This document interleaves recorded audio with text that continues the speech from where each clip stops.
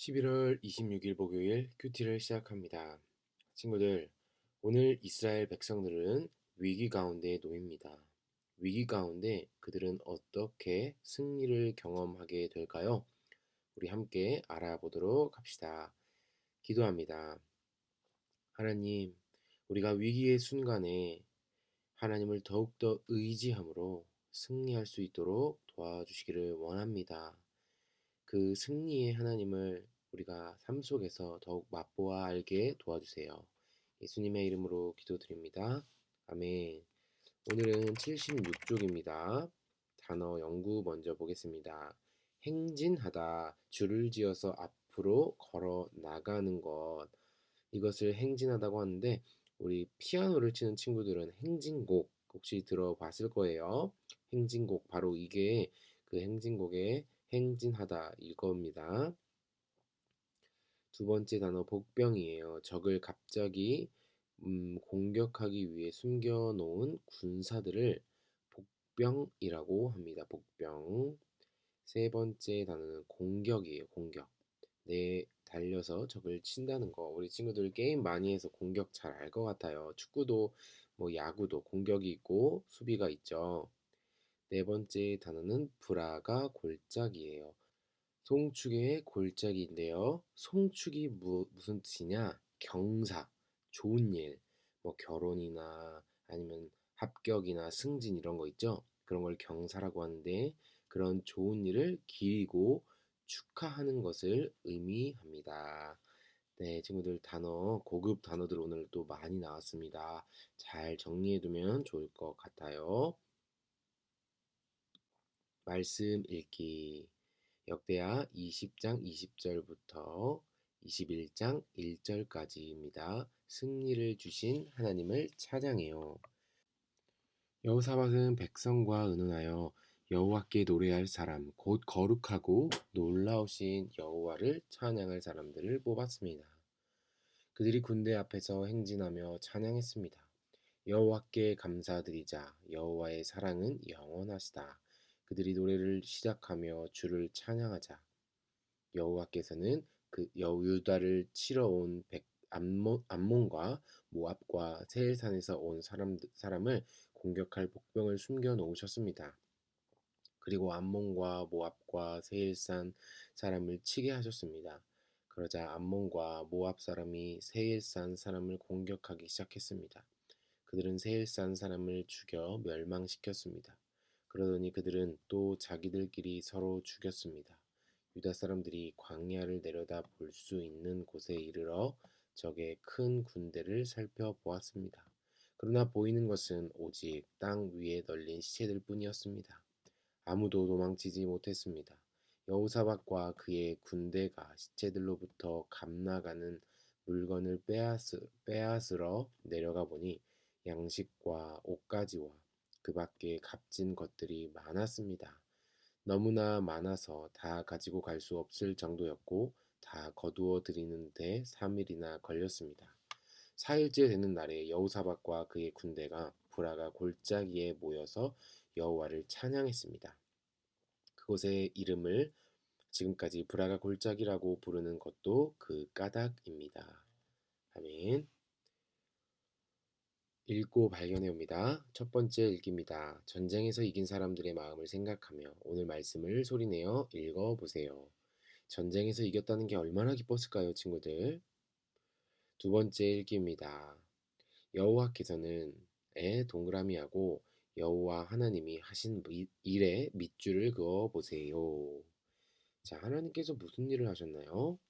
유다를 치러 온 암몬과 모압과 세일산에서 온 사람을 공격할 복병을 숨겨 놓으셨습니다. 그리고 암몬과 모압과 세일산 사람을 치게 하셨습니다. 여러분, 하나님의 백성들을 지금 유다로 표기하고 있는 거예요. 유다를 치러 온 사람들이 공격하러 온 사람들이 암몬, 모압, 세일산에서 온 사람 이런 사람들을 하나님이 공격할 복병을 숨겨 놓은 것이죠. 이해가 잘 되는지 모르겠네요. 2번 브라가 골짜기에 모두 내모하고 여호사밧과 군대가 그 골짜기에서 한 일의 물결선을 그려보세요. 불화골짜기 몇 절에 나오나요, 친구들? 보니까 26절에 나오고 26절에 나오는 것 같네요. 여호와를 찬양했습니다. 그곳에서 여호와를 찬양했죠. 세 번째 읽기입니다. 유다 백성이 하나님을 찬양하고 있을 때 하나님이 어떤 일을 하셨나요? 유다를 치러 온 암몬과 모압과 세일산에서 온 사람을 공격할 복병을 숨겨 놓으시고 암몬과 모압과 세일산 사람을 치게 하셨습니다. 이번 유다 골짜기의 이름을 브라가 골짜기라고 부르게 되었나요? 왜 부르게 되었나요? 4일째 되는 날에 여호사밧과 그의 군대가 모여서 찬양했기 때문이죠. 말씀을 이해해요. 마침내 하나님의 싸움이 시작되었어요. 여호사밧은 노래할 사람들을 뽑아서 군인들 앞에서 하나님을 찬양하게 했어요. 그러자 세 나라가 힘을 모아 유다를 공격하러 와놓고는 자기들끼리 싸우다가 모두 죽어 쓰러지고 말았어요. 유다 백성은 가만히 있다가 적들의 싸움터에 가져온 양식과 옷과 무기들을 모으러 가기만 하면 됐어요. 물건이 얼마나 많은지 모두 거두는데 사흘이나 걸렸어요. 마지막 날에는 브라가 골짜기에 모여서 기도를 들으시고 적을 물리쳐 주신 하나님의 이름을 높이며 큰 소리로 찬양했어요. 하나님은 어떤 분인가요? 하나님은 당신의 백성들에게 승리를 주십니다. 오늘 전쟁에서 이스라엘 백성들은 열심히 찬양했는데 그 결과 하나님은 그들에게 큰 승리를 주셨습니다. 하나님을 의지하는 자들에게는 하나님께서 큰 도움을 주십니다. 진심으로 하나님을 신뢰하고 의지하는 자에게 하나님은 승리의 기쁨을 맛보게 해 주십니다. 하나님이 나에게 바라시는 것은 무엇인가요? 하나님은 우리가 하나님을 더욱 의지하기를 바라세요. 어떠한 상황 가운데 놓여 있다고 할지라도 하나님을 놓지 않아야 합니다. 하나님을 붙잡을 때 하나님은 결국 우리를 승리케 하십니다. 기도하고 실천해요를 우리 친구들의 말로 적어 볼까요? 친구들, 하나님을 의지한다는 것은 참으로 어려울 때가 있어요. 왜냐하면 우리의 생각과 우리의 경험이 하나님을 의지하는 것보다 더 편하기 때문이죠. 그러나 진정한 승리는 우리가 하나님을 의지할 때 우리에게 주어집니다. 기도로 또 말씀 읽기로 하나님을 의지하며 나아가는 강도사님과 우리 친구들이 되기를 원합니다. 내가 하나님을 더욱 의지해야 될 부분은 어떤 부분이 있을지 생각해보면 좋을 것 같아요.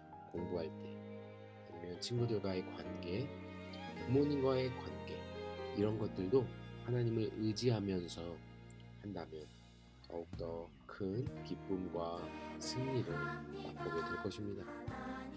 오늘 하루도 즐거운 하루 되길 바라고요. 감기 조심하는 친구들 되었으면 좋겠네요.